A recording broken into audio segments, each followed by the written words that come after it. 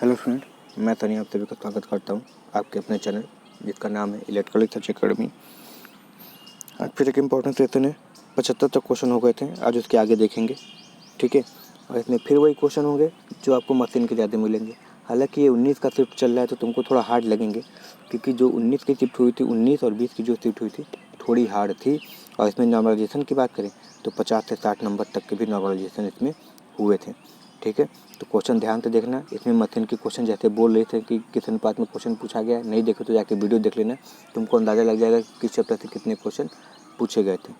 ठीक है, तो क्वेश्चन अधिक पूछे गए हैं मशीन के, तो ध्यान से देखना। और सेशन पे पहली बार आए तो इसको लाइक, शेयर और सब्सक्राइब जरूर कर देना। ठीक है, चलो पहला क्वेश्चन देखते हैं कि एक आदर्श परिणामित के प्राथमिक पर कितने हैं? 1200 टन है। ठीक है, प्राथमिक पे 1200 टन है। सेकेंडरी पे कितने हैं सर? 600 टन है। कोई दिक्कत नहीं है। अगर प्राथमिक पक्ष पर 100 चालक वोल्टता 110 है और भार प्रतिरोध 15 ओम है, तो धारा परिरमण अनुपात कितना होगा? तो याद रखना, जो धारा होता है ये मान लेते हैं हमारा ये N1/N2 है, यही है। तो धारा क्या हो जाएगा हमारा? I2/I1 हो जाता है। अब चूंकि ये कितना है, 2/1 है, तो धारा कितना हो जाएगा? 1/2 हो जाएगा। और ये धारा अनुपात 1/2 का मतलब सर 0.5 निकल के चला आएगा, इसलिए 0.5 आंसर इसका सही हो जाएगा। सही है, चलो अगला क्वेश्चन देखते हैं। आपूर्तित वोल्टता में परिवर्तन के कारण अत्यधिक प्रभावित होने वाला उपकरण कौन सा है? ठीक है, जब वोल्टेज कम ज़्यादा होता है तो सबसे अधिक प्रभावित कौन होता है? ठीक है, तो देखो रो मीटर कम होता है, देखो ऐसा नहीं कि नहीं होगा, मगर तुमको दिखाई उतना नहीं पड़ेगा। टेबल फैन हल्का फुल्का कम होता है, मिक्सचर भी हल्का फुल्का कम होता है। मगर कभी जब तुम 100 वाट वाली इनकैंडेंस लैंप देखोगे, जैसे सूर्या आती है, जो 60 वाट वाली आती है, टंगस्टन फिलामेंट वाली, उसमें अगर हल्का सा भी वोल्टेज कम होता था तो पूरी की पूरी लाइट क्या हो जाती थी? डिम हो जाती थी, कम हो जाती थी। ठीक है, तो वहाँ से ये लिया गया है कि सर वैद्युत उपकरण जो होते हैं उनमें क्या होती है, हमारे ज़्यादा परिवर्तन दिखता है या फिर ज़्यादा प्रभावित वो समझ में आते हैं। सही है, तो इसको याद रखना। चलो नेक्स्ट क्वेश्चन देखें क्या पूछा है कि उस परिणामित का फेरानुपात क्या होगा जिसकी वोल्टेज 1500/300 है। कोई दिक्कत नहीं है, फेरानुपात पूछा है ना, 1500 वोल्ट से 30 वोल्ट का रूपांतरण करता है। सही है, देख लेते हैं उस परिणामित का फेरानुपात क्या होगा जो 1500 वोल्ट से 30 वोल्ट करता है। अच्छा, तुमको पता है के बराबर क्या हो जाता है? N1/N2 हो जाता है। N1 कितना है हमारा? 1500 है, और ये कितना है? 30 वोल्ट है। ठीक है, तो इसको काटते हैं, कितनी बार में जाएगा? 5 3 15 0, 50 संबंध 1 हो जाएगा। तुम्हारा सही आंसर क्या हो जाएगा? 50 संबंध 1 हो जाएगा। ठीक है, एक संबंध देखो 50 भी बहुत गलत करेंगे, क्या करेंगे? N2/N1 करेंगे। मगर जो होता है हमेशा क्या होता है, हाई वोल्टेज बटे लो वोल्टेज लिखा जाता है। ठीक है, अगर स्टेप अप है तो N2/N1 करते हैं, और स्टेप डाउन है तो N1/N2 करते हैं। ठीक है, यानी हमेशा हाई वोल्टेज बटे लो वोल्टेज ही लिखा जाता है। सही है ना, इसलिए फेरानुपात 50 हो जाएगा। चलो अगला देखो, फिर वही क्वेश्चन है कि एक 50 हर्ट्ज जावक्री प्रवाह 0.02 वेबर है, एक ट्रांसफार्मर माध्यमिक के 50 मोड़ के साथ लिंक है, तो माध्यमिक प्रेरित वोल्टेज कितना होगा? तो ध्यान से देखो, जब ईएमएफ निकालते हैं तो एक चीज़ लिखते हैं, और वो लिखते हैं क्या है सर? 4.44 5 की वैल्यू जो भी है ये लिखते हो ना, 5 फ्रिक्वेंसी जो दी हो घोड़े टर्न जो दिया, तो देखो 5 की वैल्यू ये रख देना, एफ की वैल्यू ये रख देना, और एन की वैल्यू ये रख देना, तुमको आंसर प्राप्त हो जाएगा ये। ठीक है, अब कैलकुलेशन तुम करना। हालांकि देखो याद रखना, यूपीपीसीएल TG2 जो हुआ था उसमें कैलकुलेटर दिए गए थे। ठीक है, तो हो सकता है तुमको इसमें भी कैलकुलेटर मिले। ठीक है, हो सकता है, कंफर्म नहीं है। ठीक है, तो देख लेना चाहता हूँ, तो न्यूमेरिकल आएंगे इसमें थे, और मशीन से ही क्वेश्चन चल रहे हैं, मशीन से ही क्वेश्चन पूछे जाते हैं। देख लो 10-10 क्वेश्चन 8-8 क्वेश्चन लगातार मशीन के चल रहे हैं, तो ऐसे होते हैं। देखो क्या बोला है कि एक 400 kVA 8000 वोल्ट बटे 2000 वोल्ट और 200 वोल्ट परिणामित की द्वितीय वाइंडिंग में 100 टर्न है। ठीक है, यदि परिणामित्र एक आदर्श परिणामित्र हो तो अधिकतम अनुमेय प्राथमिक धारा कितनी होगी। याद रखना कितना होगा, ये हमारा दिया हुआ है P बराबर कितना होता है V गुणे I। तो I निकालना है तो ये P कहाँ चला, V कहाँ चला जाएगा, नीचे चला जाएगा। अब ध्यान से देखते हैं, अगर प्राइमरी निकालना है तो टोटल वोल्टेज पावर कितना है 400 गुणे KVA, तो इसको 1000 में कर लेते हैं। अब ये हो गया वोल्ट एम्पियर बटे प्राइमरी में निकालना था ना, तो 8000 से भाग दे देंगे, 1000 से 1000 काट देते हैं, इसको काटते हैं तो कितनी बार में आएगा 8 पंजे 40 और ये कितना है 50 एम्पियर हमारा आंसर आ गया। अगर सेकेंडरी में पूछता तो इसी 400 KVA को 200 से भाग दे देते हैं। सही है ना। चलो नेक्स्ट देखते हैं। वोल्टता प्रोत्कर्ष जो कि पार्सन लाइन से होकर गुजरती है आरंभ में कहाँ प्रवेश करती है।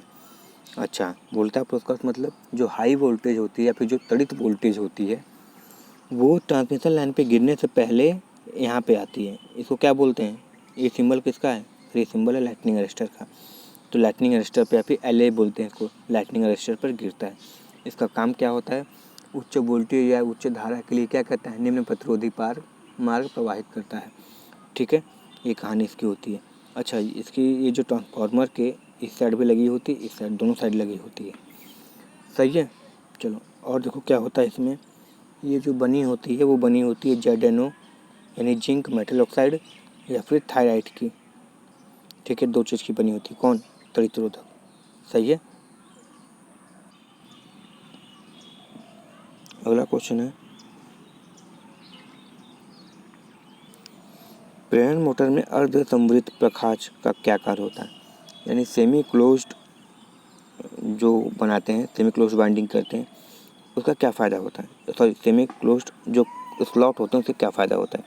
ध्यान से देखना, कभी कभी क्या होता है, क्वेश्चन घुमा के ये पूछेगा कि निम्न में से अगर स्टेटर और रोटर के बीच का एयर गैप कम कर दें या एयर गैप बढ़ा दें तो क्या होगा।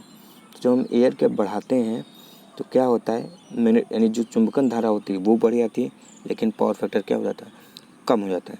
ठीक है, पावर फैक्टर कम हो जाता है। और एयर गैप कम कर देते हैं तो पावर फैक्टर बढ़ जाता है और मैग्नेटाइजिंग धारा कम हो जाती है।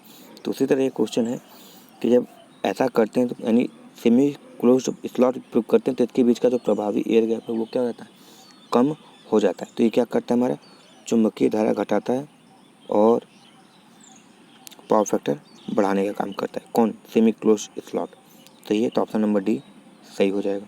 अगला देखते हैं, एक मोटर के निर्धारित भार पर गति शून्य भार पर गति शून्य भार पर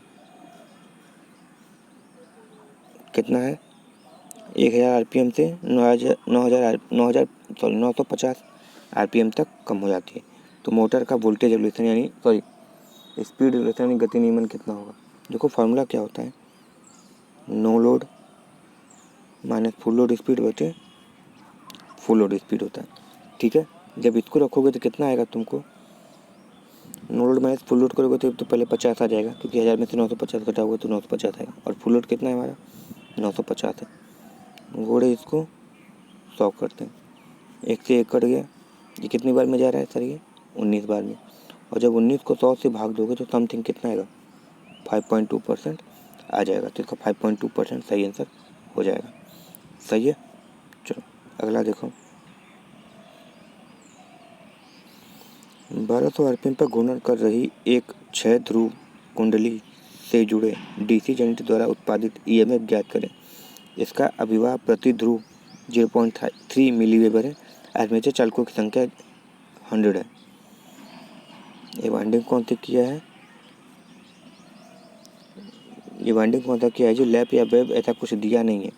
ठीक है, तो रख देना, कोई दिक्कत नहीं है। EG बराबर कर देना P/ZN/60A।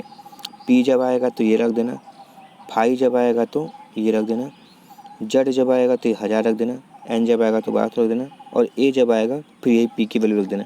क्योंकि लैप है कि वेव है हमको नहीं पता जी। ठीक है, तो एक बार लैप करके देखना, आंसर मिल जाएगा तो सही है, नहीं तो फिर वेव करके लेना। क्योंकि जब नहीं पता है तो हिट एंड ट्रायल यानी दोनों मेथड को जिससे आंसर मिल जाए वो सही हो जाएगा।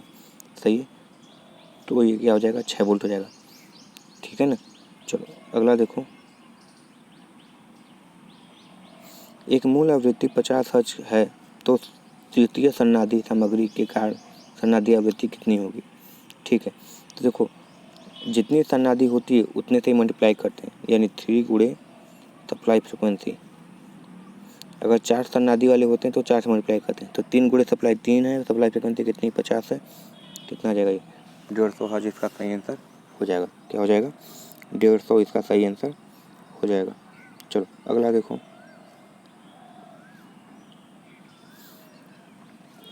90% दक्षता के साथ पूर्ण भार पर चल रहे 2 कीवी 50 हर्ट्ज 3 कला मोटर के पावर फैक्टर इनपुट का मापन 2 वाटमीटर किया जाता है, जो क्रमशः कितना है 300 और 100 को वाट मान को दर्शाता है। तो इनपुट पावर कितनी होगी।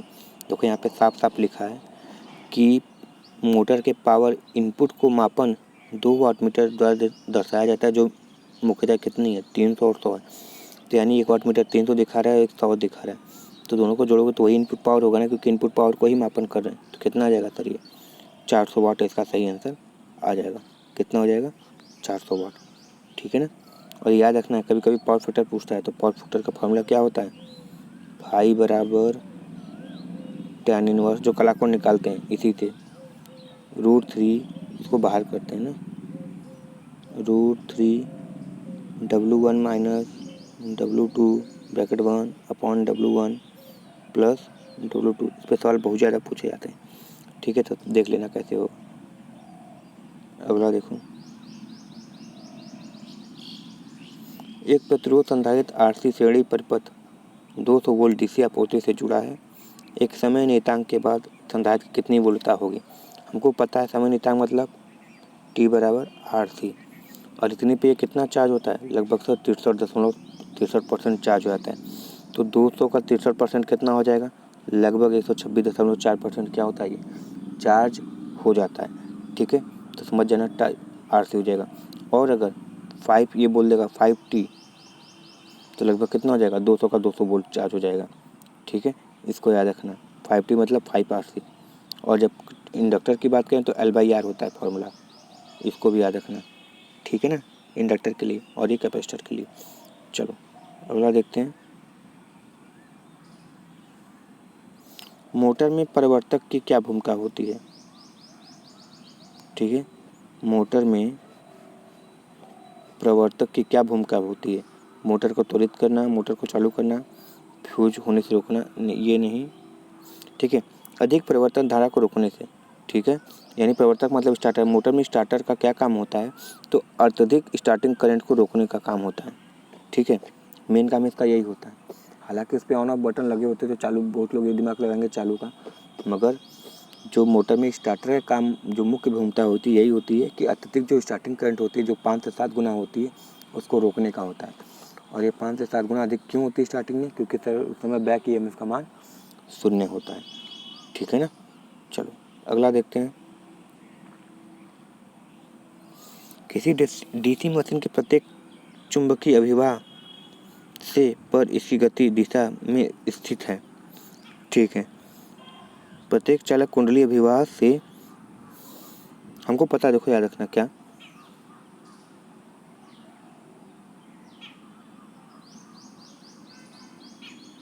ये जो होता है sin 90 पे मान अधिकतम होता है।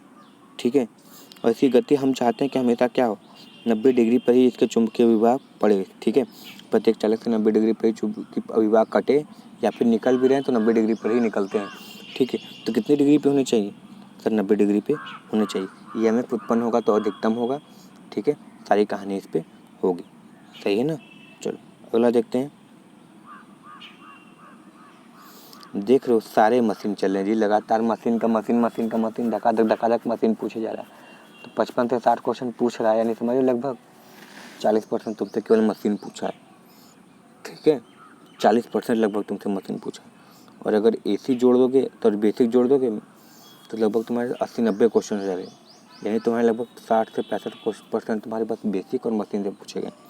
Electronics, power system, transmission, distribution ये सब छोड़ ही दो। चलो अगला देखो, एक जनित्र में प्रेरित विद्युत भाग वाले EMF की दिशा कौन दिखाता है। एक जनित्र में जनरेटर की बात बोला, EMF का मान कौन दिखाता है तो सर फ्लेमिंग के दाएं हाथ का रूल, यानी फ्लेमिंग राइट हैंड रूल, ठीक है, जिसमें फोर्स अंगूठा किसको दिखाता है, गति की दिशा, तर्जनी उंगली तो दिखाती है हमारी चुंबकीय क्षेत्र की दिशा, और ये जो मध्यिका होती है ये दिखाती है उत्पन्न ईएमएफ की दिशा। देख रहे हो, तो इसको याद रखना। चलो, तो फ्लेमिंग राइट हैंड रूल का प्रयोग करते हैं, फ्लेमिंग लेफ्ट हैंड रूल का मोटर में करते हैं, ठीक है। लेंज का नियम ईएमएफ में ही करते हैं, मगर जब स्थितिकी के कारण ईएमएफ इंड्यूस होता है तो उसमें करते हैं, सही है। चलो अगला क्वेश्चन देखते हैं। किस विद्युत प्रणाली में होने वाला सबसे समान दोष क्या होता है, ठीक है। सबसे समान दोष सर यही होता है कि क्या हुआ, 3 लाइन बनी थी, एक इनमें से कोई एक लाइन टूटे और ग्राउंड पे चली गई या ग्राउंड हो गया, ठीक है, यही हो सकता है। सबसे ईजी तो यही है कि कोई भी सर एक लाइन टूटा और क्या हो जाए, भूदोषित हो जाए, ठीक है। तो सबसे इम्पोर्टेंट यही, कोई भी लाइन टूटे और क्या हो जाए, भूदोषित हो जाए, ठीक है। चलो अगला देखते हैं।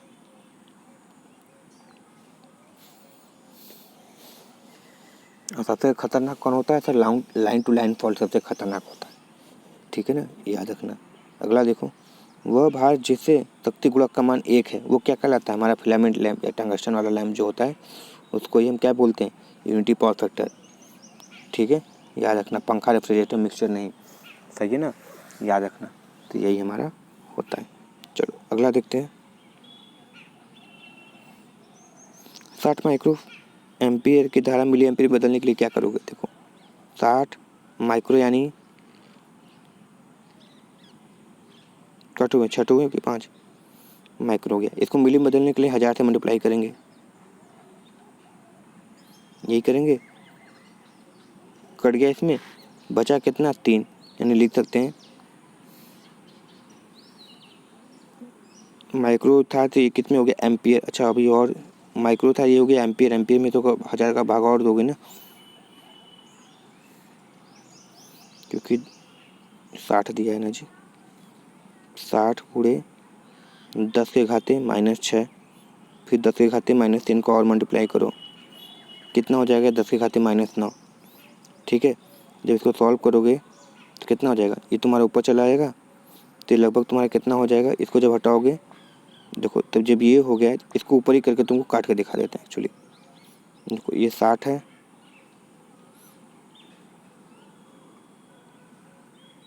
ये है 1 3 4 5 ही रहने देते हैं, क्यों, क्योंकि मान लेते हैं कि एक काट चुके हैं, फिर 10 1 2 3 है, ये तो मिली एम्पेयर, इसको यहाँ पे रहने देते हैं, बचा कितना हमारा ये 0 पॉइंट, ये है ना 1 2 3 4 5, तो जब इधर मल्टीप्लाई करोगे तो कितना हो जाएंगे 5 निकल के चले आएंगे, तो जब धारा को मिली एम्पेयर में बदलोगे तो तुम्हारा 0.06 हो जाएगा, ठीक है, सही है ना, क्योंकि एम्पियर में बदल लेते हैं और मिली में बदलने के लिए क्या करना पड़ेगा, मिली में बदलने के लिए और हमको 1000 का, अच्छा मिली में बदलना तो गुणा करेंगे ना, देखो कन्फ्यूजन हो रहा है यहाँ पे, माइक्रो 10 के खाते -6, 3 2 5 हुआ 6 कर देते हैं, ये हमारा एम्पियर में हो गया। अब एम्पियर को मिली एम्पियर में करने के लिए क्या करना पड़ेगा, ठीक है, ये करते हैं, इसको इससे उड़ा देते हैं, एक इससे उड़ा देते हैं, फिर कितना बटा 6/100 है ना, तो 0.06, ठीक है, सही तो कर रहे थे जी, ठीक है, बस ऊपर नीचे लिख दिए थे, चलो ठीक है, हालांकि ऊपर नीचे का मतलब बहुत चीज़ निकल जाता है, 0.06 सही है। चलो अगला देखें, यानी जो पहले करे थे वो सही था। चलो अगला देखो, एक 6 ध्रुव 3 कलाई स्टार कनेक्टेड प्रेरण मोटर 400 वोल्ट 50 हर्ट्ज पर चलता है, इसका घूर्णक प्रतिरोध इतना है, ठीक है, और गतिहीन प्रतिरोध इतना है, तो चालू अवस्था में अधिकतम टॉर्क कितना होगा, ठीक है।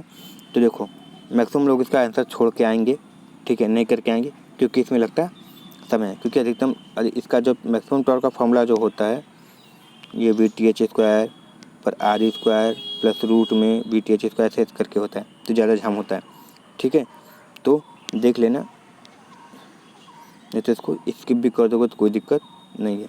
चलो तुम्हारे लेवल का नहीं था ये क्वेश्चन, सही फ्रेंकली बताया तो, ठीक है, ये क्वेश्चन छोड़ने के लिए बना गया था, ठीक है। चलो अगला देखते हैं कि निम्नलिखित में से कौन सा DC जनरेटर में सतत हानि नहीं है, यानी कांस्टेंट लॉस नहीं है, तो लौह हानि है, संतृप्त फील्ड हानि है, यांत्रिक हानि है, मगर कॉपर हानि क्या है हमारा, सतत नहीं है, असतत है, यानी अचर राशि है। ठीक है ना। चलो इसको याद रखना। अगला क्वेश्चन देखो, कोई सिंबल दिया होगा उसे यहाँ पे सॉल्व करना रहा होगा। फिर अगला क्वेश्चन है कि एक परिणामित में 200 बर्तन प्राथमिक कुंडली है, वाइंडिंग में 240 वोल्ट है और अभिवाहित नहीं है, तो आवृत्ति निकालनी है। कोई दिक्कत नहीं है, वोल्टेज दे दिया है 240, ईबी बराबर 4.4 वाला वही लगाना है, फिर ट्रांसफार्मर वाला 4.44, फाई एम की वैल्यू दी हुई है, 5 मिली वेबर रख लेना। एफ यानी फ्रिक्वेंसी तो निकालनी है, गुणे एन की वैल्यू कितनी दी हुई है, 200 टन रख देना। इसको जब सॉल्व करोगे तो तुम्हारा 54 हर्ट्ज निकल कर आ जाएगा। ठीक है। चलो अगला क्वेश्चन देखो, परिवर्तन पर डीसी मोटर में क्या होता है। स्टार्टिंग में डीसी मोटर में क्या होता है, निम्न प्रतिरोध होता है, तभी तो करंट बहुत ज़्यादा जाती है ना जी। शून्य तो नहीं कह सकते, मगर निम्न होती है, निम्न होता है तभी तो धारा बहुत तेज़ी से जाती है, प्रवाह होती है। ठीक है ना, इसको याद रखना।